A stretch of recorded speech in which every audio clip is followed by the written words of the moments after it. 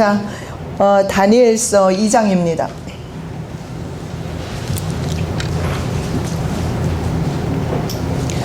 다니엘서 2장 31절 말씀부터 33절 말씀까지 우리가 다 함께 봉독하겠습니다. 1234면입니다. 왕이여, 왕이 한 큰 신상을 보셨나이다. 그 신상이 왕의 앞에 섰는데 크고 광채가 매우 찬란하며 그 모양이 심히 두려우니 그 우상의 머리는 순금이요 가슴과 두 팔은 은이요 배와 넓적다리는 노시요 그 종아리는 쇠요 그 발은 얼마는 쇠요 얼마는 진흙이었나이다. 아멘. 자, 오늘 말씀 가운데서 32절입니다. 배와 넓적다리는 노시요. 그래서 놋에 대해서 놋의 나라라고 볼 수 있는데 이 놋은 헬라 제국이 되겠습니다. 헬라 제국에 대해서 오늘 살펴보도록 하겠습니다. 자, 광물로는 놋에 해당되고 다니엘서 7장 짐승으로는 4개의 날개에 달린 표범에 해당되는 그런 나라입니다. 2장 32절 배와 넓적다리는 놋이다. 자, 7장 6절 다니엘서 7장 6절 말씀 보면 다른 짐승 곧 표범과 같은 것이 있는데 그 등에는 새의 날개 넷이 있고 그 짐승에게 또 머리 넷이 있으며 권세를 받았더라. 자, 느부갓네살이 환상을 봤을 때는 금신상 가운데 놋의 나라가 됩니다. 그리고 7장에서 다니엘이 환상을 본 것은 네 짐승 가운데 세 번째 짐승 표범이 되겠습니다. 그런데 이 표범이 날개가 4개나 있어요.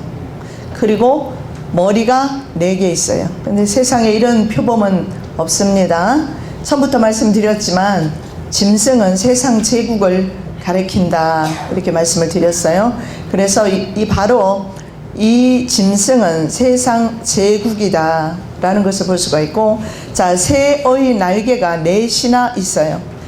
이 새의 날개 4개 있다는 것은 4개가 있다는 것은 아주 빨리 먹이를 낚아채는 헬라 기병대 알렉산더의 기병대의 모습이 되겠습니다. 엄밀하게 말하면,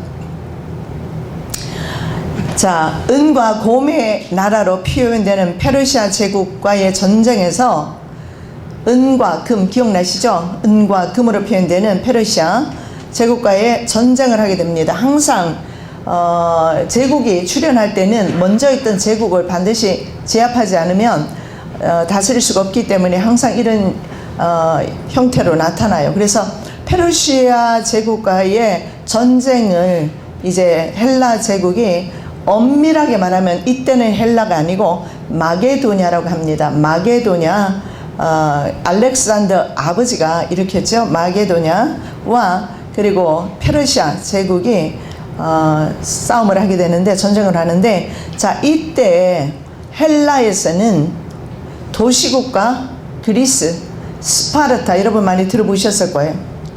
자, 페르시아 제국과의 전쟁에서 도시 국가로 형성됐어요. 하나의 헬라가, 쉽게 말씀드리면 하나의 나라가 아니었다, 하나의 제국이 아니었다라는 것을 말씀드리는 겁니다. 그리스와 스파르타 동맹국들은 승리를 합니다. 페르시아 제국과의 그 전쟁에서. 그런데 두 도시 국가는 27년간 서로 또 전쟁을 하게 됩니다. 자기 도시 국가끼리 전쟁을 해요. 이것이 바로 펠레폰네소스 전쟁이라고 합니다.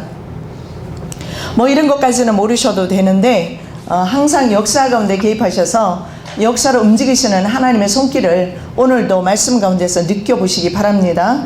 자, 그동안 그 그리스인들은 야만인이라 생각하던 페르시아 속주, 자, 마게도냐라고 그랬어요. 마게도냐가 페르시아의 속주로 있었단 말입니다. 페르시아가 지배할 때 그 지배 속에 있었던 나라가 마게도냐입니다. 그래서 그리스와 스파르타가 생각할 때는, 도시국가들이 생각할 때는 마게도냐는 야만인이었다는 거예요. 그래서 그 필리포스 2세가 이제 왕이 되는데요. 이 사람이 왕이 되기 전에 아테네 도시 중에 도시국가 중에 테베라는 곳이 있어요. 도시국가 중에, 그리스 도시국가 중에 테베라는 곳에 인질로 가게 됩니다. 그런데 이 사람이 나중에 테베에서 뭘 배우느냐 하면 바로 그리스의 보병부대, 이런 것들, 보병부대를 어떻게 재편하는 것, 쉽게 말하면 군대가 어떻게 재편되는지 그런 것을 배워서 가게 됩니다. 마게도냐 사람이, 필리포스 2세가. 그래서 보병부대와 그 다음에 거기에 또 뭐가 있었느냐면 귀족 취급 군인인 중장기병, 이런 것들. 그래서 이런 것들을 만들게 되는데, 그 만들게 된 이유가 뭐냐면 바로 테베라는 곳에 이 왕이요, 인질로 가 있었다는 거죠. 왕이 되기 전에. 그래서 이 사람을 통해서 우리가 볼 수 있는 것은, 심지어는 인질로 가 있음에도 불구하고 거기에서도 유익했다는 것을 보게 됩니다. 그 인질수 가운데서 선진 문화에 말하자면 군대 재편하는 거, 개편하는 거, 뭐 이런 것들 배워서 왔다라는 거예요. 그렇게 해서 마게도냐를 발흥을 시키기를 시작합니다. 자, 이것은 여러분이 꼭 이 알렉산드라든가 헬라 제국에 대해서는 여러분이 지금 눈여겨보셔야 돼요. 왜냐하면 이게 성경에 안 나와 있으면 내가 뭐하러 이 시간이 역사 시간도 아니고요. 그렇죠? 이 말씀 드리겠어요. 다니엘서 11장 12장까지 이해를 하시려면 헬라 제국에 대해서 여러분 분명히 이해를 하고 계셔야 돼요. 그래서 좀 더 상세히 말씀을 드리도록 하겠습니다. 자, 성경의 예언을 성취하고 있는 알렉산더 대제를 보게 되는데, 성경에 예언된 대로 그대로 이루어지는 걸 봐요. 자, 요세푸스라는 역사가가 있는데, 알렉산더가 마게도냐에서, 자기 나라 마게도냐에서 자, 어떻게 하면 아시아를 제패할 수 있을까 고민하던 중에 이 꿈은 참 유명합니다. 자주색과 주홍색의 옷에 하나님의 이름이 새겨진 금패, 그게 바로 그 제사장의 머리에 두르는 겁니다. 여호와께 성결, 이렇게 머리에 두르는 두건이라면 두건인데, 그럼 쓰는 게 있어요. 그래서 금패가 금으로 만들어져 있죠.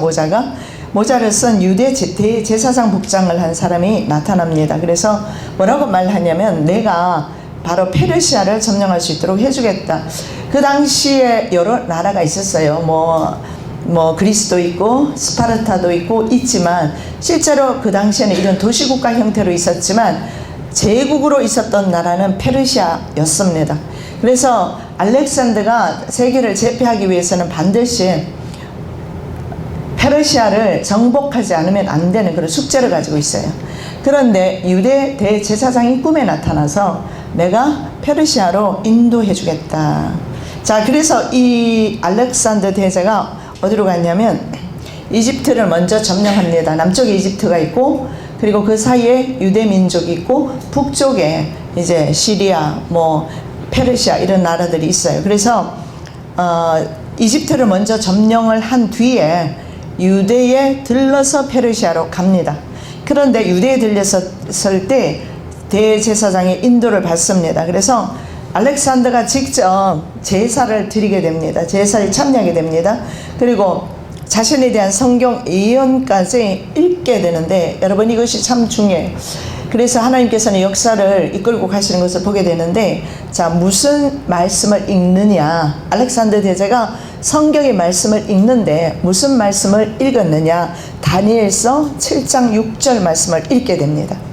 그것이 바로 그 후에 내가 또 본즉 다른 짐승 곧 표범은 헬라 제국이라고 했습니다. 표범과 같은 것이 있는데 그 등에는 새우의 날개 셋. 새우의 날개가 셋 있다는 것은 표범도 아주 빠르죠. 짐승 중에 가장 빠른 것이 표범인 것으로 그렇게 알고 있습니다. 근데 거기에 날개가 4개까지 달렸어요. 그러니 얼마나 빠르겠어요.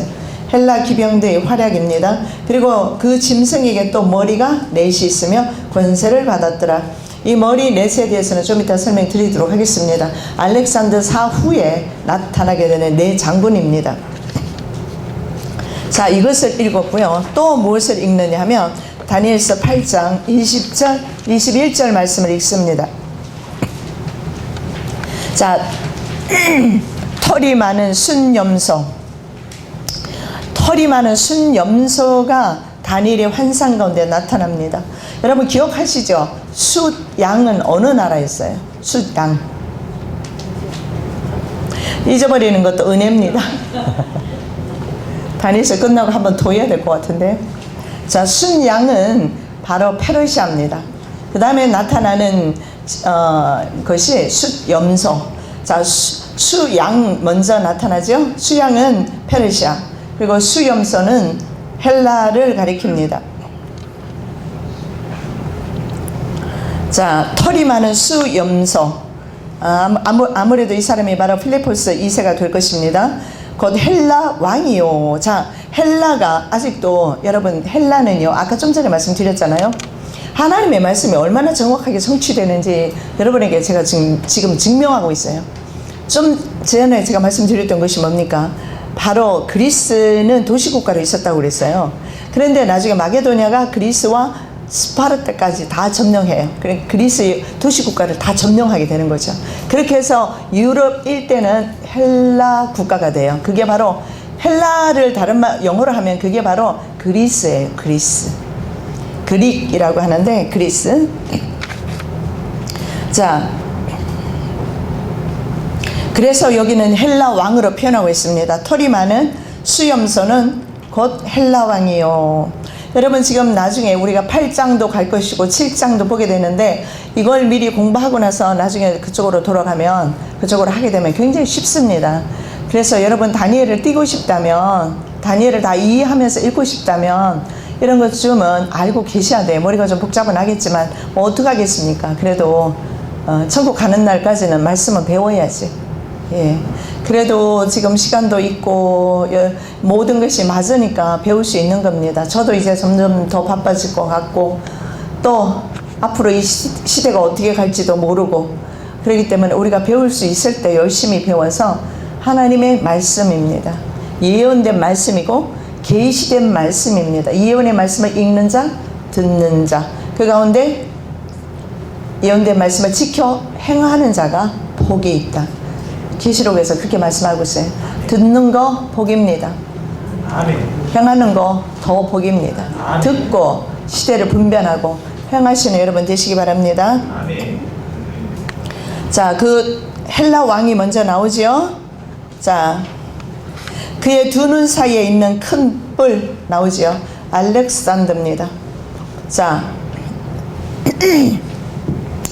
눈이 있고요. 눈 사이에 보니까 큰 뿔이 하나가 또 있어요. 희한한 염소지요. 그런데 이 큰 뿔이 이렇게 난 것은 바로 알렉산더 대제를 가리킵니다. 자, 큰 뿔은 곧 첫째 왕이요. 그 뿔이, 이 뿔이 꺾이고, 여기에 보면 여러분이 첫째 왕은 아버지가 아닌가 생각할 수도 있는데 저는 그냥 알렉산더를 봅니다. 왜 그러냐면 이 큰 뿔은 아버지는 초석을 낳았지만 알렉산더는요, 그 지역 아시아까지 다 점령합니다. 대단한 역사 가운데서 알렉산더 대제만큼 전 세계를 그렇게 많이 점령했던 왕은 아무도 없어요. 그래서 바로 그 큰 뿔은 바로 알렉산더 대제이고, 그 알렉산더 대제를 첫째 왕으로 보는 겁니다. 왜냐하면 필리포스 2세는 보통 마게도냐 왕으로 지칭을 합니다. 왜냐하면 그리스와 스파르타가 그때 만 해도 이들 마게도냐의 복속이 되지 않았기 때문에 그렇습니다. 자, 이 뿔이 꺾이고, 자, 이 뿔이 뭡니까? 누구죠? 이제 알죠? 자, 이 뿔이 누구예요?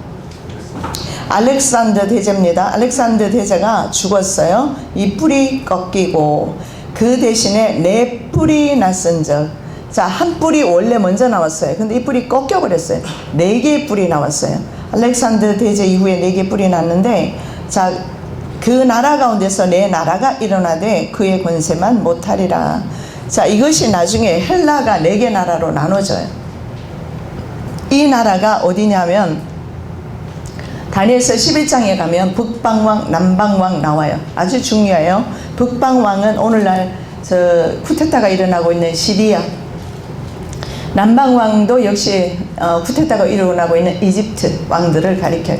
그래서 이 두 왕이 가장 강력했어요. 그래서 두 왕이 계속 전쟁을 하는 것이 150년 동안 전쟁하는 것이 다니엘서 11장에 나와 있어요. 그리고 나머지 두 장군은 마게도냐라든가 그리스 이쪽을 나누어서 통치했어요. 그리고 알렉산더 대제에게 두 아들이 있었는데 두 아들을 살해합니다. 그리고 장군들이 나누게 돼요. 그래서 이것이 바로 네 개의 뿔입니다. 자, 이해가 되죠? 네 개의 날개는 헬라 기병대의 활약, 날아다니면서 점령한 것을 말하고, 한 뿔은 알렉산더 대제를 가리키고 네 개의 뿔은 바로 그의 사후에, 왜냐하면 뿔이 꺾이고 했잖아요. 뿔이 꺾이고 그 다음에 나오는 네 뿔이기 때문에 네 장군으로 볼 수 있습니다. 자, 11장 3절 이 말씀도 계속 지금 알렉산더 대제가 읽었어요. 장차, 자, 이 말씀이 자기를 향한 말씀인 줄 알았어요. 장차 한 능력 있는 왕이 일어나서 큰 권세로 다스리며 자기 마음대로 행하리니. 자, 장차 한 능력 있는 왕, 이 사람이 바로 알렉산더 대제가 됩니다. 다니엘서 11장 3절에서 그래서 알렉산더 대제는 자기에게 말하고 있는, 예언하고 있는 이 예언을 듣고 페르시아를 공격해서 페르시아가 다리우스 3세 때 페르시아는 멸망당하고 알렉산더는 페르시아까지 다 점령을 하게 됩니다. 자, 그 다음에 헬라 제국과 헬레니즘을 보겠습니다. 여러분, 헬레니즘은 참 중요한 것이 뭐냐면 그 당시에 문화로 정신세계를 지배했다는 것입니다. 오늘날 전 세계 문화 가지고 사타니즘을 섬기는 사람들이 수많은 사람, 특히 글로벌리즘과 맥을 같이 한다고 저는 그렇게 보고 있어요.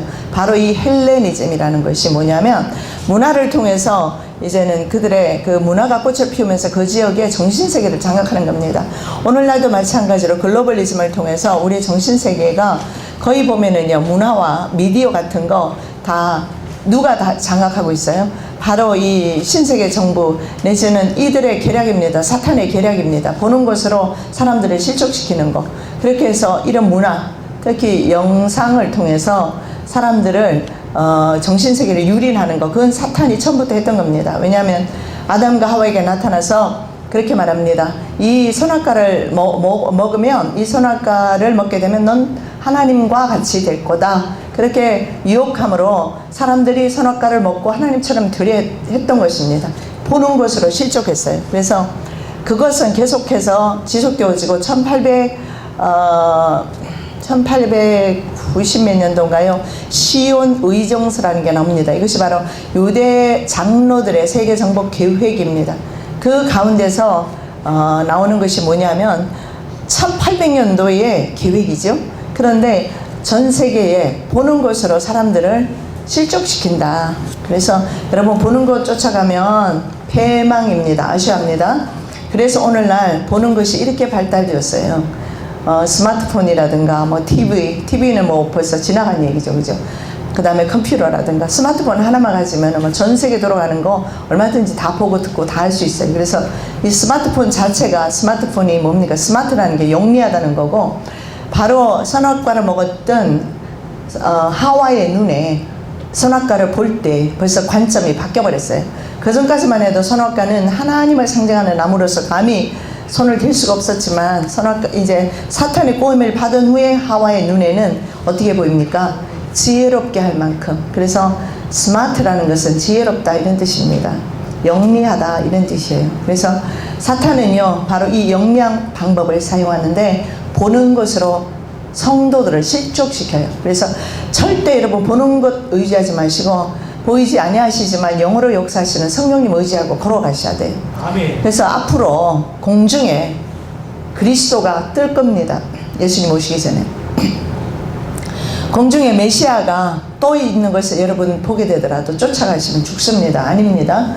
그들은 캠트레이를 뿌려서 비행 화군을 뿌려서 플리즈마 상태로 지구를 만들어요. 전리층을 플리즈마 상태로 만들어 놓고 그 다음에 거기에 UFO를 지금까지 띄워 왔어요. 앞으로도 그리스도를 띄울 겁니다. 미국에서도 집회가 많이 열릴 때, 대형 집회 열릴 때마다 하늘에서 뜬 것이 많았어요. 십자가 모양도 있었고, 여러 가지 모양의 그 상징적인 것들이 뜬 것이 많아요. 그래서 내가 그런 것을 들을 때마다 느낀 것은, 저것은 바로 사람들을 현혹시키기 위해서 하는 것이다. 주님께서는 우리들이 오실 때는 말씀으로 오십니다. 그런 것 안 봐도, 하늘에 있는 그리스도, 하늘에 있는 어떤 십자가 모양 안 봐도 우리는 예수를 믿습니다. 맞아요? 예수 믿어요. 맞죠? 예. 그래서 그런 것 너무 쫓아가지 마십시오. 자기 눈이 보는 것은 믿을 수가 없어요. 절대로. 그래서 앞으로 이런 일들이 일어나게 될 것을 유념하시기 바랍니다. 자, 장차 한 능력 있는 왕이 일어나서 큰 권세로 다스리며 자기 마음대로 행하리라. 이 사람 자기 마음대로 행했습니다. 그걸 좀 보도록 하겠습니다. 자, 헬라 제국 헬레니즘 이제 말씀을 드리겠는데, 자, 마게도냐 빌립보, 여러분 빌립보 아시죠? 빌립보 어디예요? 빌립보 하면 루디아 생각나죠? 예. 자, 필리포스가 바로 빌립보라는 뜻입니다. 그래서 마게도냐 빌립보에 대해서 말씀을 드리겠는데, 필리포스 2세는 쿠레니데스라는 데서 금광을 발견하게 돼요. 우연하게 발견하지만 하나님의 섭리입니다. 이 금광을 발견하고 그곳 도시 이름을 필리포스, 자신의 이름을 따서 필리포스라고 했는데, 그것이 성경에는 빌립보로 나와 있어요. 그래서 빌립보는 헬라 제국의 자금력과 또 하나가 있어요. 바울의 제2차 전도 여행인 유럽 복음의 출발지입니다. 자, 사도행전 16장 6절에서 12절 말씀 보시기 바랍니다. 성령이 아시아에서 말씀을 전하지 못하게 하시거늘, 사도 바울은 아시아 쪽으로 가려고 했습니다. 그런데 성령께서 아시아에서 말씀을 못 전하게 합니다. 그리고 이제 어디로 가느냐 하면 예수의 영이 세 번째 줄, 예수의 영이 허락하지 아니하셨다. 그래서 어디로 갔냐면 무시아를 지나 드루아로 내려갔는데, 밤의 환상이 바울에게 보이니 마게도냐 사람 하나가, 이 마게도냐 사람이 자주장사 루디아입니다. 그에게 청하여 이르되 마게도냐로 건너와서 우리를 도우라 하거늘, 바울이 그 환상을 보았을 때 우리가 곧 마게도냐로 떠나기를 힘쓰니 이는 하나님이 저 사람들에게 복음을 전하라고 우리를 부르신 줄로 인정함이로라. 우리가 드로아에서 배로 떠나 사모두라게로 직행하여 이튿날 네아폴리로 가고 거기서 빌립보에 이르니, 필리포스예요. 필리포스에 이르니 이는 마게도냐 지방의 첫 성이요. 자, 여러분이 마게도냐 나오지요? 예, 마게도냐 처음 듣는 거 아니에요? 자, 알렉산더가 바로 이 마게도냐 왕이었습니다. 근데 나중에 그리스까지 다 점령하고 그리스와 페르시아까지 헬레니즘 문화로 그들의 정신세계를 지배합니다. 그 다음에 나오는 나라가 로마인데, 로마는 실제로 그 지역을 다스렸지만, 그러나 실제로 로마의 정신세계는 헬레니즘이 장악했고요. 그 헬레니즘이 지금까지 오고 있습니다. 그리스 문화죠. 그리스 문화. 자, 그래서 성경에서 바로 이 마게도냐는 빌립보 첫 성, 마게도냐의 첫 번째 성이 빌립보였고 루디아 나옵니다. 그리고 그 다음에 아리스토텔레스, 여러분 이거 역사 시간에 다 들어보셨을 거예요. 아리스토텔레스 유명한 철학자입니다. 헬라 제국은 로마 시대까지 헬레니즘으로 정신세계를 장악해 두었습니다. 그런데 그때 알렉산더의 스승이 있어요. 그 사람이 누구냐면 아리스토텔레스입니다. 아리스토텔레스는 굉장히 유명한 철학자입니다. 이게 뭐냐면 사고를 하나님 중심 사고가 아니고 인간 중심 사고, 아리스토텔레스를 통해서 알렉산더는 그런 철학적인 부분들을, 그런 통찰력을 갖게 됩니다. 그래서 그는 늘 정복 전쟁에 다니면서 학자들과 기술자들을 데리고 다녔어요. 그래서 정복지 문화와 그리스 문화 간의 교류와 식민지 사람들을 그리스 문화화, 이것이 바로 헬레니즘.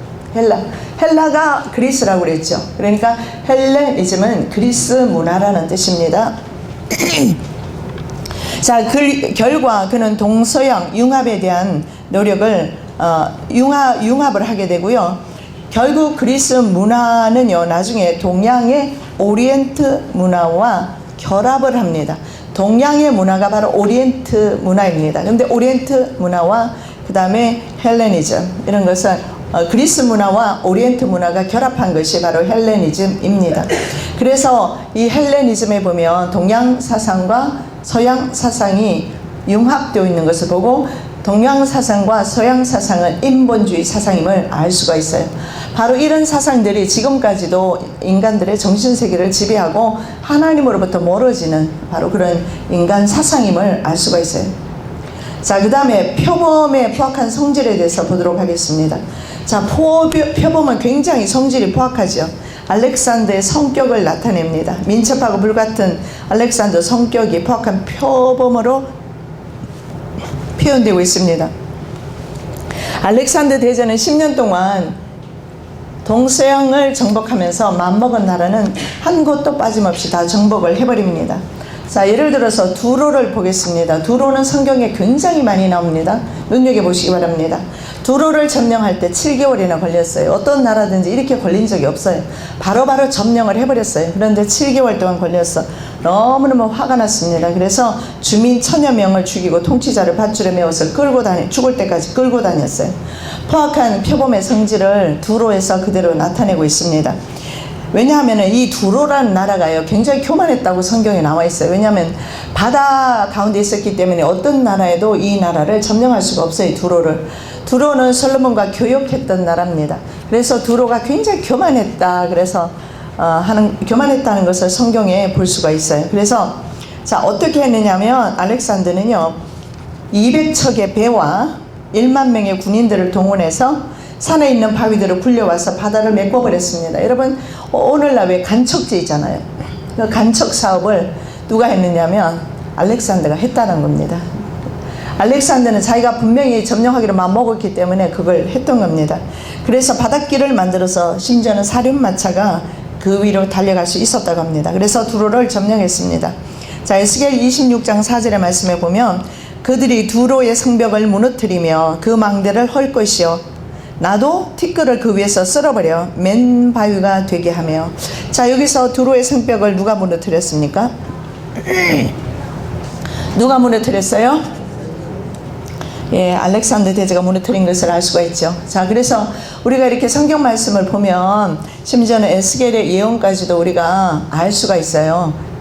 이렇게 우리가 하나씩 찾아 들어가면 두로에 대해서 좀 더 보도록 하겠습니다. 성경에 많이 나와 있으니까 두로는 무역으로 가장 부유한 나라였다, 그렇게 나오고 있습니다. 자, 성경에 좀 깁니다만 에스겔 27장 1절에서 8절 말씀 보면 너는 두로를 향하여 이르기를 바다 어귀에 거주하면서 여러 섬 백성과 거래하는 자요, 해양 무역을 했어요. 주 여호와께서 이같이 말씀하시되 두로야 내가 말하기를 나는 온전히 아름답다 하였도다. 이 아름답다 이 말에서 우리가 볼 수 있는 것은 이들 세력이 바로 누굽니까? 계명성의 세력임을 알 수가 있어요. 계명성이 가장 아름다운 별이었거든요. 내 땅이 바다 가운데 있으며 너를 지은 자가 네 아름다움을 온전하게 하였도다. 두로가 존재할 수 있었던 것은 하나님의 은혜였습니다. 그런데 그들은 너무나 많이 부를 소유했기 때문에 하나님 없이 살았어요. 스닐의 잣나무로 내 판자를 만들었으며 너를 위하여 레바논의 백향목을 가져다 돛대를 만들었도다. 바산의 상수리 나무로 내 노를 만들었음이며. 이것은 솔로몬과 교역을 했다는 뜻입니다. 바산, 다 이스라엘 땅이죠. 기띔섬이라는 것을 미리 말씀드리면 헬라를 가리켜서 기띔섬이라고 합니다. 기띔섬 황량목에 상아로 꾸민 갑판을 만들었도다. 애굽에 수놓은 가는 배로 돛을 만들어 깃발을 삼았으며. 자, 애굽 그리고 헬라, 이스라엘 할 것 없이 전 지역에서 가장 귀한 것들이 두로로 수입되었음을 볼 수가 있어요. 엘리사 섬이 청색 자색 배로 차이를 만들었도다. 시돈과 아르왓 주민들이 내 사공이 되었으며 두로여 내 가운데 있는 지혜자들이 내 선장이 되었도다. 자, 두로가 망한 것은 교만과 형제 계약을 벌였습니다. 자, 두로가 왜 하나님께 밉게 보였느냐, 참 중요한 내용이 나와 있어요. 에스겔 28장 2절에 두로가 왜 알렉산더 대제에 의해서 점령을 당할 수밖에 없었는가, 거기에 나와 있어요. 인자야, 너는 두로 왕에게 이르기를, 에스겔이 미리 예언하고 있습니다. 주 여호와께서 이같이 말씀하시되 내 마음이 교만하여 말하기를 나는 신이라. 바로 이겁니다. 인생의 주인이 되면 안 돼요. 인간은 절대 하나님의 자리에 올라서는 안 돼요. 누구든지 간에. 그런데 두로는 말합니다. 얼마나 교만하면 내가 신이라. 내가 하나님의 자리 곧 바다 가운데 앉아있다 하도다. 내 마음이 하나님의 마음 같은 채 할지라도 너는 사람이요 신이 아니거늘. 자, 여기에서 에스겔 28장 2절에서 하나님께서 분명히 말합니다. 인생은 신이 아니다, 이렇게 말하죠. 자, 교만해서 두로가 망하죠. 아모스 1장 1절 9절 말씀입니다. 여기에 두로의 죄가 나와 있어요. 여호와께서 이와 같이 말씀하시되 두로의 서너 가지 죄로 말미암아 내가 그 벌을 돌이키지 아니하리니 이는 그들이 그 형제의 계약을 기억하지 아니하고 모두 사로잡은 자를 에돔에 넘겼음이라. 내가 두로성에 불을 보내리니 그 궁궐들을 살리리라. 자, 두로성에 불을 보낸 사람이 누굽니까? 자, 크게 말씀하세요. 누구예요? 알렉산더 대제입니다. 알렉산더 대제가 불을 보냈어요. 그러나 알렉산더 대제를 사용하신 하나님의 손길을 우리가 알아야 합니다. 자, 형제의 계약을 어겼다, 이렇게 나와 있어요. 형제의 계약을 어긴 것이 뭐냐 하면 솔로몬과 두로가 계약을 맺었습니다. 형제의 계약을 맺었어요. 그러나 세월이 흐르면서 그 형제의 계약을 파기해버렸고 오히려 이스라엘의 적대 세력이 되었습니다. 그래서 두로는 멸망하게 된 겁니다. 하나님의 종의 적대 세력이 되었기 때문에 두로가 멸망한 것을 볼 수가 있어요. 자, 이사야 23장 1절 3절에서 두로에 관한 경고라. 다시스의 배들아 너희는 슬피 부르짖을지어다. 두로가 황무하여 집이 없고 들어갈 곳도 없으며 이 소식이 기띔 바다에 왕래하는 시돈 상인들로 말미암아. 기띔은 그리스입니다. 그리스 바다에 왕래하는 시돈 상인들로 말미암아 부유하게 된 너희 해변 주민들아 잠잠하라. 시올의 곡식 곧 나일의 추수를 큰 물로 수송하여 드렸으니 열국의 시장이 되었도다. 자, 그래서 두로는 망하게 됩니다. 자, 날개 내달린 표범에 대해서 다시 한번 살펴보시기 바랍니다. 여러분의 이해를 도우기 위해서 그림을 놓았어요. 자, 4개 머리와 4개 날개죠. 날개넷이 있다는 것은 표범과 새의 성격을 가진 제국이다. 알렉산더의 신속한 정복 전쟁과 바로 마게도냐 기병대의 활약을 의미합니다. 한 고지를 지키던 장수가 있었어요. 알렉산더 대제를 맞이하면서 그 고지는요 천년 그런 자연적인 요새를 이루고 있었어요. 그래서 두로처럼 전혀 침략을 당하지 않았던 고지에 있었던 장수가 이렇게 말해요. 자, 모든 것을 할 수 있다는 알렉산더는 날 수도 있는가, 이렇게 비웃었어요. 그러자 좀 있다가 알렉산더 대제는 바로 군사들을 바로 투입을 해서 점령을 해버립니다. 실제로 알렉산더가 정광석화처럼 여기저기서 막 점령해서 들어갔거든요. 10년 만에 그렇게 많은 땅을 점령할 수가 없어요. 근데 밑에 훌륭한 4장수가 있었기 때문입니다. 훌륭했기 때문에 그들이 또 나중에는 4개의 나라로 차지하게 되는 겁니다. 자, 그래서 알렉산더의 군사는 날개가 달렸다 하고서 바로 들어가서 점령을 해버렸습니다. 자, 헬라는 수염소를 가리킵니다. 수염소. 자, 수양은 어디라고 했습니까? 예, 페르시아입니다. 자, 그림을 한번 보시기 바랍니다. 수염소가 머리에 뭐가 있죠? 뭐가 있어요? 왼쪽에 있는 것이 수염소입니다. 수염소 머리에 뿔이 있어요. 이 뿔이 누구라고 했죠? 알렉산더라고 했습니다. 수염소 머리에 이 뿔이 수양을 공격하는 모습입니다. 성경에 나와 있죠? 자, 수양은 누구겠어요? 마지막 페르시아 왕 다리우스 3세입니다. 그림이 희미한데 헬라 제국의 영토가 여긴 희미하게 나왔어요. 영상으로 보면 아주 깨끗한데 세상 제국 중에서 헬라 제국이 가장 방대했습니다. 자, 다니엘서 8장 5절 보겠습니다. 내가 생각할 때 한 수염소가 헬라지요 서쪽에서부터 어디요? 지중해 바다에서 마게도냐, 헬라, 스파르타 다 지중해 바다에 있습니다. 그 지역이 바로 페르시아 편에서 봤을 때는 서쪽입니다. 서쪽에서부터 와서 온 지면에 두루 다니되 땅에 닿지 아니하며. 아까 그 장수가 알렉산더 대제는 뭐 날개가 있는가? 근데 어때요? 날개 있어요, 없어요? 날개 있었죠. 몇 개가 있었어요? 4개의 날개. 하나님의 말씀이 얼마나 신묘막측한지. 일일 때 쓰는 거예요. 신묘막측. 이거 요즘 안 쓰더라고 보니까. 옛날 성경에 보면 그렇게 나와요. 신묘막측. 정말 하나님의 말씀은요 1.1도 틀림이 없이 역사 가운데서 그대로 성취되는 것을 보게 됩니다.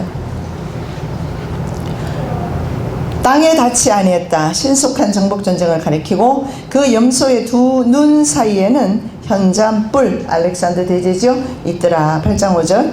그 다음에 8장 20절 21절 말씀. 털이 많은 수염소는 곧 헬라 왕이요. 해석이 나오지요. 이제 그의 두 눈 사이에 있는 큰 뿔은 곧 그 첫째 왕이요. 이 뿔이 꺾이고 그 대신에 네 뿔이 나선자 그 나라 가운데서 내 나라가 일어나되 내 장군 그의 권세만 못하더라. 4개로 나누어졌으니까요. 그리고 헬라 다음에는 이 장수들이 영향력을 행사한 거 아닙니다. 왜냐하면 이쪽에 그 지중해 쪽에 있는 나라들이 있잖아요. 두 장군이 통치하던 나라들은 나중에 로마에 의해서 다 흡수 합병돼요. 오른쪽도 마찬가지예요. 저기 동쪽으로도 마찬가지인데 북쪽에 시리아가 있고 남쪽에 이집트가 있는데 나중에 다 점령을 당하게 되죠. 그래서 힘이 약해요. 나중에 로마에 의해서 철의 나라, 로마에 의해서 쇠라고 나오죠. 쇠 나라, 로마에 의해서 망하게 됩니다. 다음에 할 때는 쇠 나라에 대해서 하겠는데 쇠 나라는 적그리스도와 연결되기 때문에 아주 중요합니다.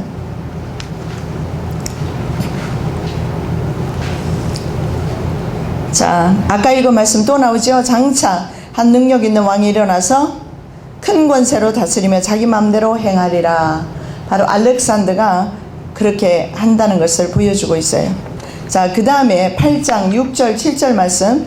그것이 알렉산더 대제입니다. 두 뿔 가진, 자, 수양은 뿔이 2개였어요. 두 뿔 가진. 왜 두 뿔이겠어요? 메대와 바사 나라로 되어 있었기 때문에 두 뿔로 아마. 왜냐하면 나중에 남뿔이 길었거든요. 나중에 바사가 메대를 흡수 합병합니다. 그래서 두 뿔로 나와 있어요. 자, 두 뿔 가진 숫양, 곧 내가 본 바 강가에 섰던 양, 그 양이 다리우스 3세입니다. 에게로 나아가되 분노한 힘으로 그것에게로 달려가더니 알렉산더 대제가 마지막 다리우스 3세를 쫓아가는, 근데 굉장히 분노한 힘으로 달려갔다. 그것도 이제 보도록 하겠습니다. 자, 내가 본즉 그것이 숫양에게로 가까이 나가서는 더욱 성내어 그 순양을 쳐서 그 두 뿔을 꺾으나 순양에게는 그것을 대적할 힘이 없으므로 그것이 순양을 땅에 엎드려뜨리고 짓밟았으나 순양을 그 손에서 벗어나게 할 자가 없었더라. 자, 수염소는 더욱 성내어서 순양을 들이밟는 모습을 표현하고 있는데 알렉산더 대제가 마지막 다리우스 3세에게 이렇게 말합니다. 다음에 당신이 내게 말할 때는 나를 그냥 왕이라 부르지 말고 당신의 왕이라 부르시오. 당신이 내 신하가 된다, 이 말이에요. 마지막에 이 말을 이제 다리우스 3세에게 합니다. 이게 마지막 말이었어요. 근데 그대로 됐어요. 다리우스 3세가 도망가다가 자기의 부하에게 살해당해요. 다리우스 3세.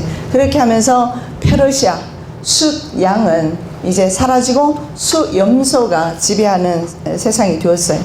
자, 4개 뿔에 대해서 말씀을 드립니다. 8장 8절, 다니엘서 8장 8절.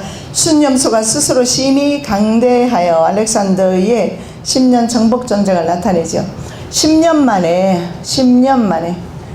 다 동서양을 점령을 해버립니다. 그렇게 계속 뻗어나갔어요. 그러더니 강성할 때 아주 강성했죠. 페르시아까지 점령을 했으니까. 그런데 그 큰 뿔이 꺾이고 죽은 거죠. 그 대신에 현저한 뿔렛이 하늘 사방을 향하여 났더라. 이 4개 나라가 이루어지기 때문에 그것을 말씀을 하고 있어요. 자, 다니엘서 11장 4절에 그러나 그가 강성할 때 그의 나라가 갈라져 천하 사방에 나누일 것이며 그의 자손에게로 돌아가지도 아니할 것이요. 바로 알렉산더 대제를 가리킵니다. 그가 알렉산더 대제가 강성할 때에 그의 나라가 나뉘어지죠. 4개 나라로 나뉘어져서 천하 사방에 나뉠 것이며 그의 자손 둘이가 있었지만 암살을 당하고 자손에게로 돌아가지 않아요.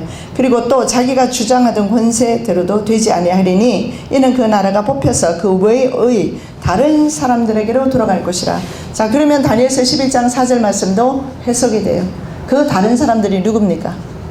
알렉산더 대제의 4장군을 가리켜요. 자, 여러분 이해돼요? 여러분들이 너무 은혜 받으시는 모습인지 지금 헷갈리네. 전부 다 열심히 적으시느라고 이해를 하시는 건지 은혜를 받으시는 건지. 이해 다 하셨죠? 이해 다 되셨어요? 이해가 안 돼요? 충분히 천천히 말씀드리고 있는데.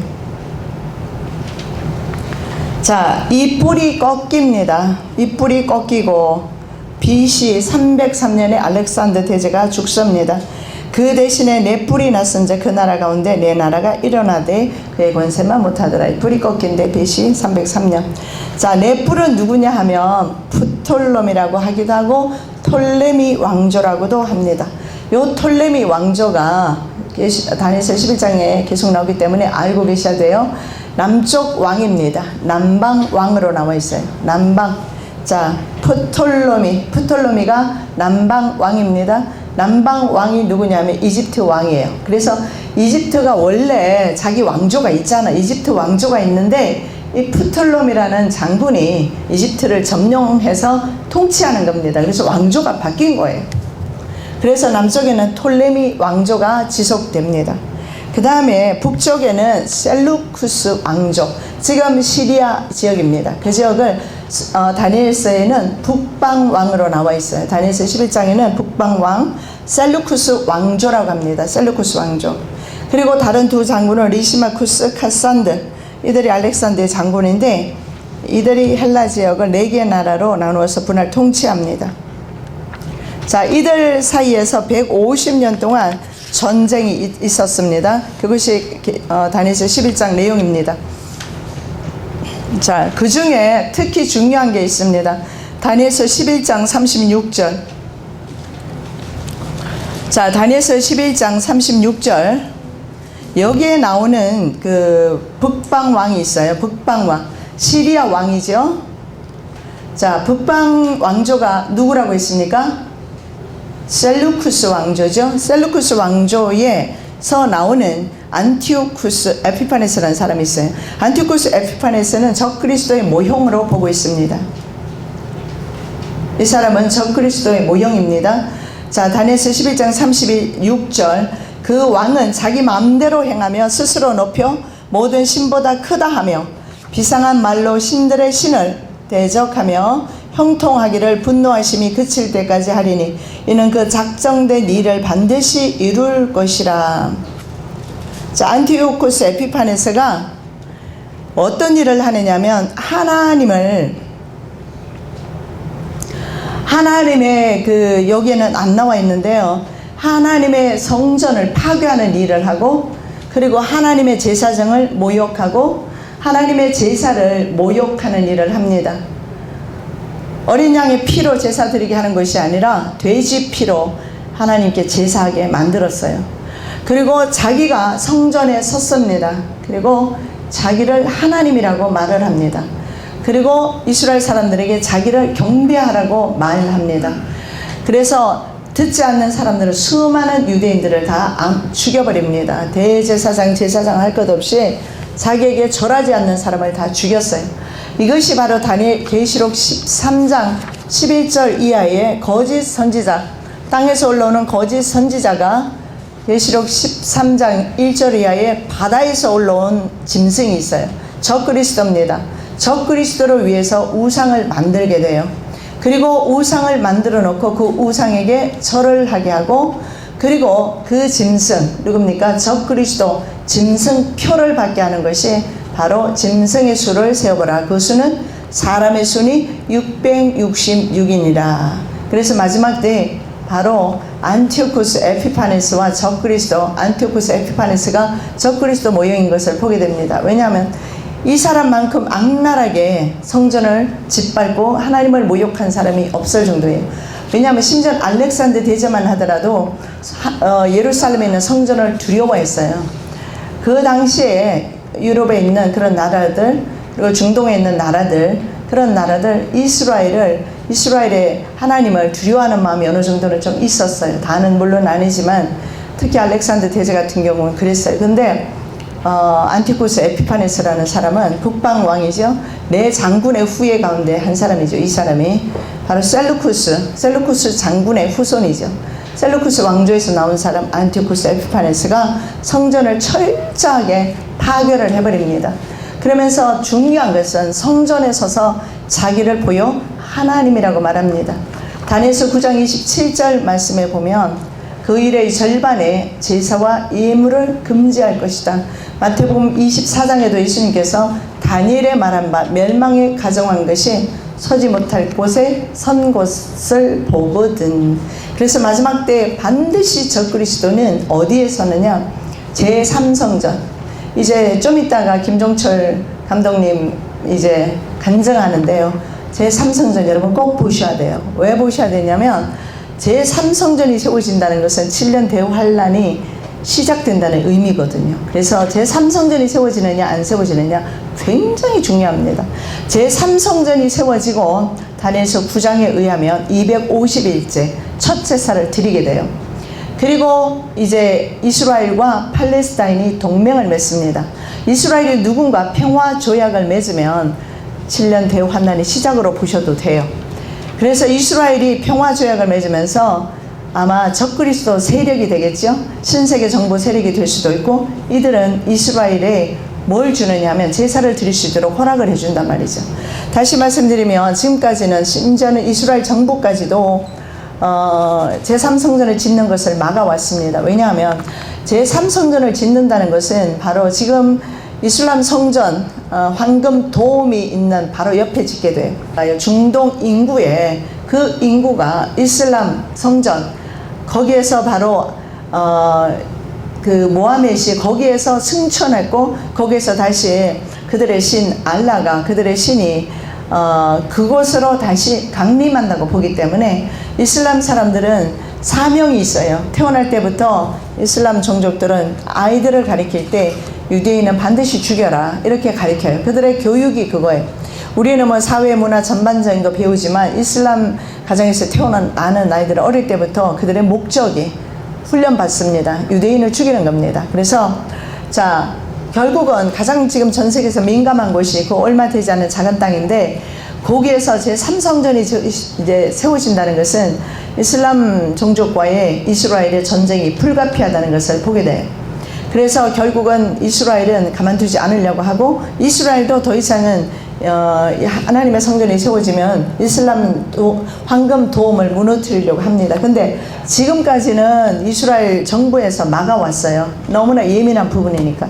근데 보니까 정부에서 이미 허락을 한 걸로 제가 뉴스에서 본 것 같습니다. 그래서 지금은 이제 제3성전이 지을 수 있는 만반의 준비가 된 것을 여러분 제3성전 영화를 보면 알 수 있을 거예요. 저는 그 영화 나오기 전에 시사회 잠깐 할 때 본 적이 있는데, 그러면서 그 중동 지역에서 많은 팔레스타인인들이요, 이슬람족들이 예수님을 만나고 주님께로 돌아오고 있어요. 이미 부흥운동이 일어나고 있어요. 어떤 분이 제가 집회 갔더니 묻더라고요. 마지막 그 US에 말씀하시는 대부흥운동, 각성운동이 일어나지 않겠습니까? 저는 그렇게 대형 집회가 일어나지 않는다고 봐요. 시대적으로 우리 교회가 기독교회가 대형 집회를 하는 것 자체가 아마 허락받기가 힘들 거예요.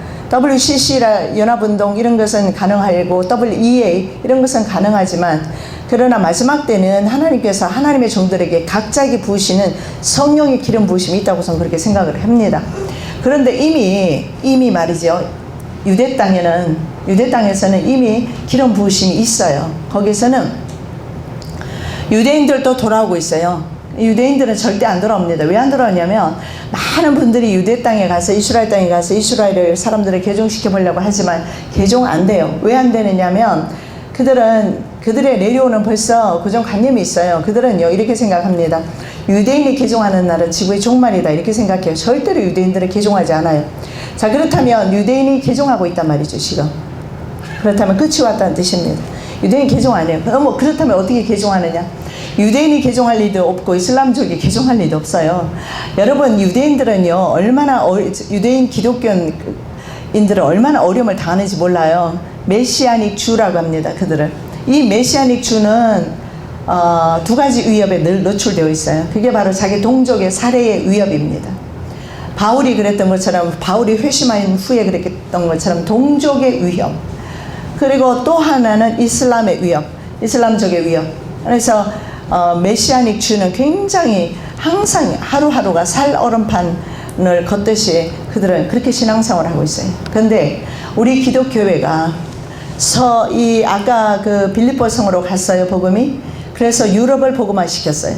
그리고 그 유럽의 복음화가 이루어지면서 미국으로 건너가고 미국의 복음이 아시아로 왔어요. 이런 루트로 하나님께서 사도 바울을 사용하셨어요. 자, 그런데 이렇게 복음이 확장되면서 기독교회가 옛날에 캐톨릭이 중세시대, 중세 암흑시대에 들어갔던 것처럼 한국 교회가 말이죠. 어떻게 됐어요? 지금 한국 교회가 썩었어요. 한국 교회가 성도들이 어떻게 예수 믿어요? 얼마나 편안하게 믿습니까? 얼마나 안락하게 믿어요? 얼마나 자기 식대로 예수 믿어요? 하나님의 말씀대로 사는 것보다는 자기 말씀대로 살아가요. 그렇지 않아요? 우리는 이제 회개할 때가 됐어요. 그래서 정말 마지막 때는 저들이 이미 돌아오고 있는데, 유대인들이 돌아오고 있고, 이건 말도 안 되는 소리예요. 유대인은 돌아올 수가 없어요. 유대인이 돌아온다는 것은 주님 오실 때가 임박했고 지구의 종말이 왔다는 거예요. 이건 분명한 사실은 유대인은 개종 안 합니다. 근데 유대인들이 얼마나 많이 개종하는 거 여러분이 이제 영화를 통해서 보게 될 것이고, 또한 이슬람 사람들이 개종하는 것을 보게 되는데 그들은 더 지독하죠. 알라 신을 예를 들어서 배신하는 것은요, 그들은요 바로 그 처형감입니다. 그래서 그들은 개종함으로써 이제는 목숨을 걸고 예수를 믿어야 되는데 그들은 예수 부인 안 합니다. 왠지 아십니까? 예수님을 만났기 때문에 그래요. 그런데 오늘날 유럽이라든가 한국을 비롯해서 많은 사람들이 예수 믿으면서 그 첫사랑이 있잖아요. 다 경험이 있잖아요. 그래서 지금까지 우리가 이렇게 신앙생활을 하는데, 근데 정작은요 그 첫사랑 다 잃어버린 거예요. 오늘날 많은 교회가 배도합니다. 왜 배도합니까? 처음에는 그들은요 정말 믿음으로 시작했습니다. 처음에 그들의 신앙은 불타올랐어요. 죽으면 죽으리다 하고 기도했습니다. 우리가 큰 교회 한번 보십시오. 큰 교회 목회자들 다 그렇게 시작했어요. 옛날에 저희 아버지도 제가 목회하는 걸 봤습니다. 개척교회 할 때 텐트 치고 개척교회 시작했어요. 그때 텐트 치고 개척교회 시작했어도 사람들이 다 모였어요. 그러면서 정말 그 불타오르는 열정 가지고 그들은 시작했지만 나중에는 뭡니까? 교회가 복을 받았습니다. 세상에 본영신학이 들어오면서 타락하기 시작했어요. 그래서 결국은 목회자가 타락을 한 겁니다. 타락이요. 그래서 정말 오히려 그 지역에서는 오히려 살아나고 있는데, 우리가 생각할 때는 아직은 성령의 기름 부으심이 없다. 천만의 말씀입니다. 이제 보실 겁니다. 엄청난 기름 부으심이 그쪽에서 일어나고 있어요. 다메섹에서 바울이 예수님을 만난 경험을 이스라엘 사람들이 하고 있어요. 우리도 주님 만나야 삽니다. 안 만나면 안 돼. 반드시 주님을 만나고 경험하고 해야 합니다. 성령의 그 기름 부으심 속에, 뜨거운 그 기름 부음 속에 불같은 성령의 경험을 여러분 하셔야 돼요. 뜨뜻미지근한 신앙 버리셔야 돼요. 그래야지 우리가 마지막에, 이제는 이 마지막에 이 어려운 시대에서 우리가 생존을 할 수 있게 됩니다. 그래서 현재 그런 일들이 이스라엘에 일어나면서 이제 만일에 제3성전이 세워지게 된다 그러면 다니엘서 9장 27절 말씀처럼 한 일해 동안의 언약을 굳게 정하겠다. 7년 대환난으로 들어갑니다. 그리고 이제 후 3년 반 시작되기 직전에 적그리스도는 평화 조약을 깹니다. 그것이 다니엘서 9장 27절에 그 일의 절반에 제사와 예물을 금지할 것이고, 그리고 언약을 파기합니다. 제사와 예물을 금지할. 왜냐하면 처음에 7년 대원을 시작할 때 제사와 예물을 허락하는 조건으로 성전을 짓게 하고, 이제 성전을 지었으니까는 제사를 드릴 거 아니에요. 그래서 이것이 이루어지는데 그 일의 절반의 제사와 예물을 금지한다는 것은 어떻게 되느냐면 적그리스도가 바로 제3성전에 자기의 모습을 드러냅니다. 안티오코스 에피파네스와처럼 제3성전에 자기의 모습을 드러내고, 그때 이제 취입받은 70억의 인구들 가운데서 취입받은 사람들에게 자신을 경배하게 합니다. 그래서 위성을 통해서 이제 그 신호를 보냅니다. 위성의 신호를 받은 사람의 몸속에 들어있는 이제 그 주파수 조종 장치, 그게 바로 칩 안에 들어있죠. 주파수 조종 장치가 위성을 통해서 신호를 보내면 주파수 조종 장치가 그때부터 움직여요. 그러면 그 속에 있는 유전자, 이런 유전자들이 자기 의사와는 전혀 관계없이 바로 세계 지배자 그들의 지시에 따라서 어떻게 하느냐, 절을 하게 됩니다. 그래서 취입을 받으면 자기의 의사와는 전혀 관계없이 절을 하게 된다는 사실을 여러분 꼭 아시기 바랍니다. 절을 하게 돼요. 왜냐하면 그 안에 주파수 조종 장치가 반응을 해요. 그렇게 해서 내 속에 있는 모든 유전자 정보를 다 읽어서 바로 세계 지도자에게 보내버립니다. 그리고 절하라 그러면 절하고, 그 다음에 아버지를, 아들을 죽는데 내어주는 일들이 그때 후 3년 반 시작되면서부터 이제는 일어나게 될 겁니다. 그때 전 세계다 이제 명령 내립니다. 바로 누구를 예배하라고? 적그리스도를 예배하라고. 누구를 예배하라고요? 사탄을 예배하라고. 성경에 보면 한때, 두때, 반때, 42달을 그들에게 준다고 그렇게 되어 있어요. 정말 우리가 심각한 이런 시대에 우리가 살고 있는데 반드시 꼭 보시기 바랍니다. 제3성전이 이스라엘에 세워질 것인가? 언제 세워지는가? 그리고 또 하나는 평화조약을 이스라엘이 맺는가? 그걸 보게 되면 이제는 7년 대환란이, 여러분 뭐 믿든지 아니 믿든지 상관없습니다. 무조건 들어갑니다. 들어가게 되면 그때부터는 계시록 6장에 나오는 흰말, 적그리스도의 출현과 그 다음에 붉은 말 전쟁, 그 다음에 기근, 이제 경제공황이 오겠죠. 그러면서 마지막에 이제 죽음, 뭐 이런 데까지 다 나가게 되는 것을 보게 됩니다. 그래서 다니엘 시대와 다니엘이 제국에 붙들려 가서 다니엘이 어떻게 살았습니까? 그러한 그 삶 속에서도, 제국 가운데서도, 제국의 1인자 앞에서도 다니엘은 우뚝 서서 믿음으로 서서 하나님의 영광을 선포했던 것을 보게 됩니다. 우리가 이것을 다니엘서를 보는 이유는 바로 그겁니다. 끝내 마지막까지 우리가 승리하자는 겁니다.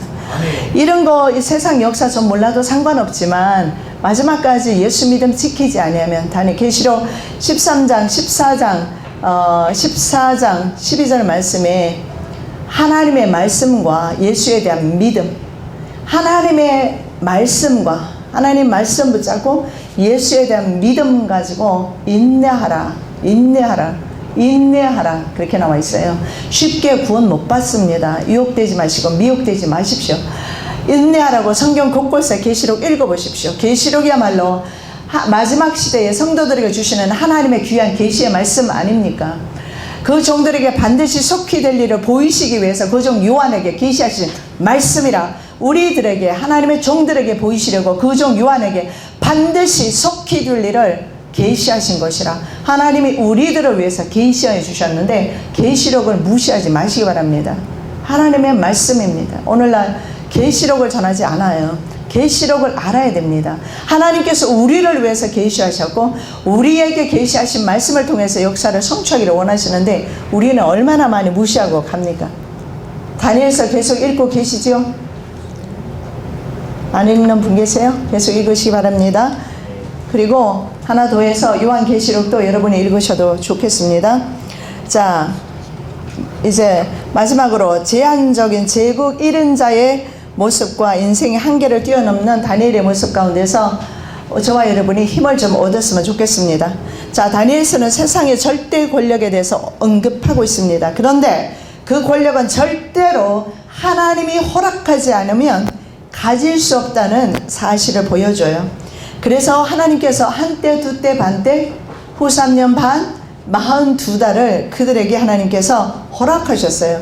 그러므로 성도들은 하나님의 관점에서, 자, 하나님의 눈으로 세상을 볼 수 있어야 돼. 하나님의 눈. 제가 이번에 집회 갔는데 그 부목사님이 예언사역 하시는데 제 기도를 하자마자 바로 하는 말이 이 지구를 제가 이렇게 감싸 안고 있다, 이렇게 품고 있다, 이런 말을 하시더라고요. 저는 그 뜻을 바로 알아들었어요. 그게 뭐냐면 전 세계를 제가 품고 있다는 것은 전 세계를 뭐 제가 무슨 지도하는 지도자가 된다는 그런 뜻이 아니죠. 그게 아니라 전 세계의 교실 바로 일어날 일들을 하나님의 관점에서 제가 바라보고 있다는 뜻이 아니겠습니까?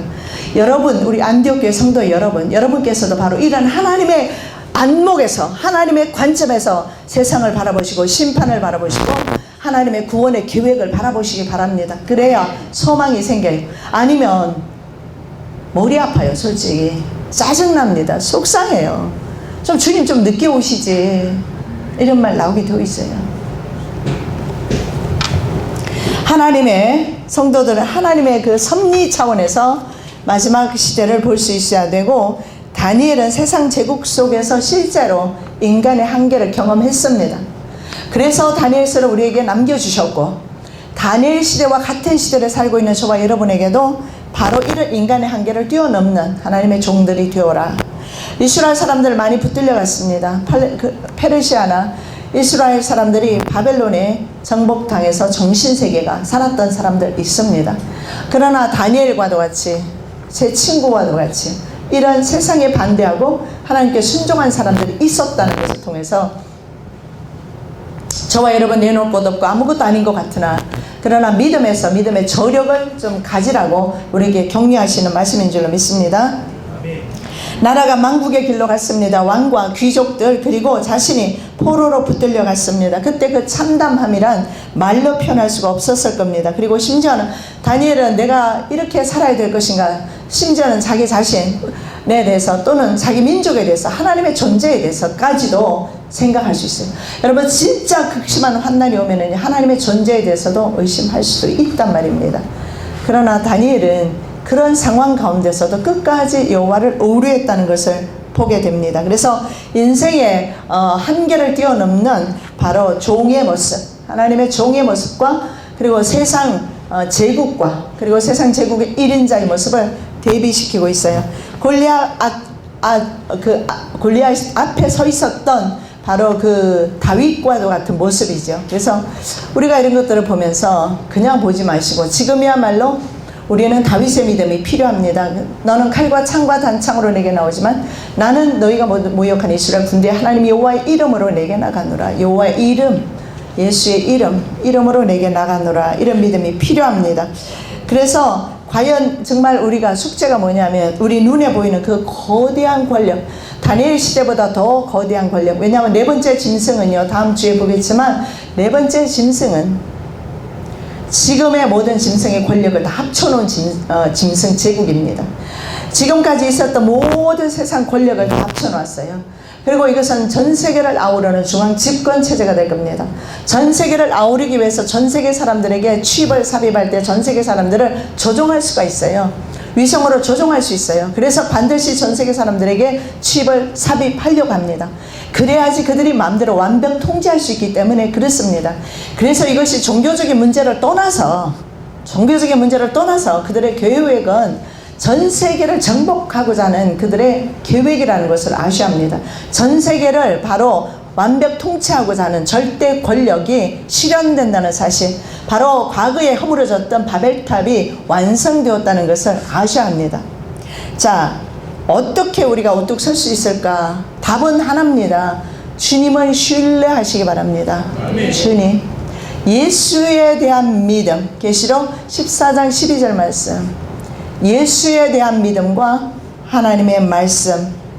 자, 다윗과 다니엘, 사드락, 메삭, 아벳느고, 심지어는 두 산파가 있었잖아요. 한번 살펴보겠습니다. 우리가 처음에 살펴봤던 건데요. 애굽 왕이 히브리 산파 십부라와 라 하는 사람과 부하라는 사람에게 말하여 이르되 너희는 히브리 여인을 위하여 해산을 도울 때 그 자리를 살펴서 아들이거든 그를 죽이고 딸이거든 살려두라. 그러나 산파들이 하나님을 두려워하여 애굽 왕의 명령을 어기고. 자, 이겁니다. 우리의 답은 뭡니까? 하나님을 신뢰하시고 세상 권력을 두려워하지 마시고 우리의 영혼과 몸을 능히 죽이는 지옥에 멸하시는 하나님을 두려워하시기 바랍니다. 자, 그래서 이렇게 물었어요. 너희들이 왜 살려주었느냐. 하나님이 지혜를 주셨죠. 우리가 가기 전에 애를 낳아버립니다. 태어나기 전에 죽여버려야 되는데 가면 벌써 애를 낳아버려서 못 죽였습니다. 이 말입니다. 자, 그 다음에 보니까 이런 말씀 나오죠. 자, 하나님이 그 산파들에게 은혜를 베푸시니 여러분이 죽기로 각오하고 예수 믿음 지키면 하나님께서 은혜 베푸십니다. 그 백성은 번성하고 매우 강해지니라. 그 산파들은 하나님을 경외하였으므로 하나님이 그들의 집안을 흥왕하게 하신지라. 예수 안에서 여러분 죽으시기 바랍니다. 그저 죽으시기 바랍니다. 나와 세상은 간 곳 없고 구속한 주님만을 바라보시기 바랍니다. 그래야지 우리가 다가오는 이 무서운 세력을 두려워하지 않게 됩니다. 안 그러면 눈으로 보이는 것 때문에 우리는 실족할 수밖에 없습니다. 우리가 육체적으로 연약한 것과 몸이 이제 나이가 많으면 연약하잖아요. 여기저기 아프고 맨날 그러죠. 연약한 것과 믿음이 연약한 건 틀려요. 저는 어떤 데 강의를 가면 몸이 너무 피곤해서 오늘도 할 수 있을까 이런 마음으로 설 때도 있는데요. 하나님 강대상이 딱 서기만 하면 하나님의 말씀이 그대로 과감하게 선포되어지는 걸 봅니다. 나의 연약함과 나의 문제와 믿음과는 다르게 일한다는 것을 볼 수가 있어요. 그렇기 때문에 우리가 나이가 많고 또 우리가 무식하고 나이가 아니면 너무 어리고 상관없어요. 주님에 대한 믿음은 주님이 우리에게 주시는 거기 때문에 절대로 그것은 넘어지거나 쓰러지거나 하지 않습니다. 그래서 마지막까지 꼭 믿음 지키시기를 바랍니다. 자, 다니엘서 12장 10절 말씀 우리가 다 함께 봉독하시면서 이 말씀을 한번 이번 주간에 외워볼까요? 여러분 이 말씀 외워두면 나중에 어려운 일이 있을 때 자, 힘이 될 겁니다. 자, 여기 보십시오. 두 종류의 사람이 나오는 걸 봅니다. 우리 다 함께 봉독합니다. 시작. 많은 사람이 연단을 받아 스스로 정결하게 되며 희게 할 것이나 악한 사람은 악을 행하리니 악한 자는 아무것도 깨닫지 못하되 오직 지혜 있는 자는 깨달으리라. 자, 성경에서 지혜를 소피아라고 하는데 이 소피아는 신적 계시를 말해요. 하나님의 계시, 성령의 음성을 듣는 사람은 반드시 깨달아 압니다. 연단받아서 연단 후에 정결하게 되고 희게 되어서 하나님의 거룩한 신부로서 변화된다는 사실을 반드시 하나님의 신적 계시, 하나님의 소피아, 이 소피아 있는 사람들은 알아요. 그리고 지혜 있는 자는 그 수를 헤아려 보라. 거기에도 소피아가 나와요. 지혜 있는 사람은요, 뭐 지금 베리칩은 666이 아니다 하는데 알 사람은 알아요. 지혜 있는 사람은 알아요. 그러나 지혜 없는 사람, 하나님께서 계시해 주지 않는 사람, 계시록은 계시록입니다. 요한계시록 계시록, 하나님께서 계시하지 않은 사람은 몰라요. 목사라도 몰라요. 저는 인천에서 한번 집회를 하는데 한 가족이요, 듣지를 못해서 보따리 사서 나가더라고요. 왜 그렇습니까? 하나님의 계시를 그는 받지를 못해서 그래요. 근데 여러분은 하나님의 신적 계시를 받았기 때문에 이 자리에 앉아 있는 겁니다. 그래서 바로 이 지혜 있는 자는 이 시대를 깨닫게 돼요. 지혜 있는 자는, 하나님의 신적 계시가 있는 사람은 짐승의 표가 무엇인지 알아요. 아무리 일자 무식꾼이라도 알게 되어 있어요. 알게 되어 있어요. 작년에 제가 우리 교구별로 그때 모였었던 적이 있었어요. 그때 방에서 따로 제가 여러분들이 기도해 드릴 때가 있었어요. 그때 어떤 어르신이 오셨어요. 제가 알기로는 거의 85세가 넘으신 분 같은데, 80세가 넘으신 분인데 예수 믿은 지가 1년밖에 되지 않으셨어요. 그런데 다른 사람에게 없는 은혜가 있어요. 그 어머니에게 다른 사람에게 없는 은혜가 있고 겸손함이 있고 예수님의 심장을 가지고 있는 것을 봤어요. 난 놀랐습니다. 수십 년 예수 믿어도 가질 수 없는 그 주님의 은혜가 그 안에 있는 것을 발견했어요. 예수 믿은 지 1년밖에 안 된 어른이 말이죠. 나이 많으신, 우리가 쉽게 말하는 노인네가 말이죠. 하나님께서 계시하신 사람은 알아요. 여러분 하나님의 계시 음성을 들으시기를 축복합니다. 그러나 반대로 악을 행하는 사람은 어떻게 한다고요? 계속 악을 쌓음으로써 결국은 나누어지게 됩니다. 그래서 성경에는 마지막 때 양과 염소로 나누어지게 됩니다. 양과 염소로 분명히 나누어지게. 양과 염소는 같은 그런 짐승이잖아요. 근데 나누어져요. 그 말은 즉슨 세상 사람과 교회에 있는 사람 나눠지는 것이 아닙니다. 분명한 말씀입니다. 분명한 것은 교회 안에서 반드시 마지막 때는 나누어지고 있어요. 지금 이스라엘에서 일어나고 있는 사건이 바로 그 사건이에요. 놀라운 사건이죠. 하나님의 계시 음성을 듣고 보는 사람이 있는가 하면 그러지 못하고 그런 사람을 잡아 죽이는 사람이 있단 말입니다. 계속 악을 행하는 사람이 있고 하나님의 계시 음성을 듣는 사람이 있는데 여러분들은 끝까지 주님의 계시 음성 듣고 마지막 순간까지 주님 앞에 순종하시기를 예수님의 이름으로 축복합니다. 기도드리겠습니다. 사랑의 예수님 감사합니다. 다니엘을 통해서 우리도 이제는 세상 제국 가운데서 믿음을 지키기를 원합니다. 그들은 세상의 권세와 능력을 가지고 다가온다 할지라도 우리는 예수에 대한 믿음, 신뢰만을 가지고 나가기를 원합니다. 두 산파도 눈에 보이는 왕을 두려워하지 아니하고 보이지 아니하는 하나님을 두려워했다고 기록하고 있습니다. 눈에 보이지 않는 하나님, 세상 역사를 주관하시고 인생의 화복을 주시는 하나님을 두려워하는 마음으로 섬기는 사랑하는 주의 권속들 되게 하여 주시옵소서. 감사하며 예수 그리스도의 이름으로 기도드립니다. 아멘.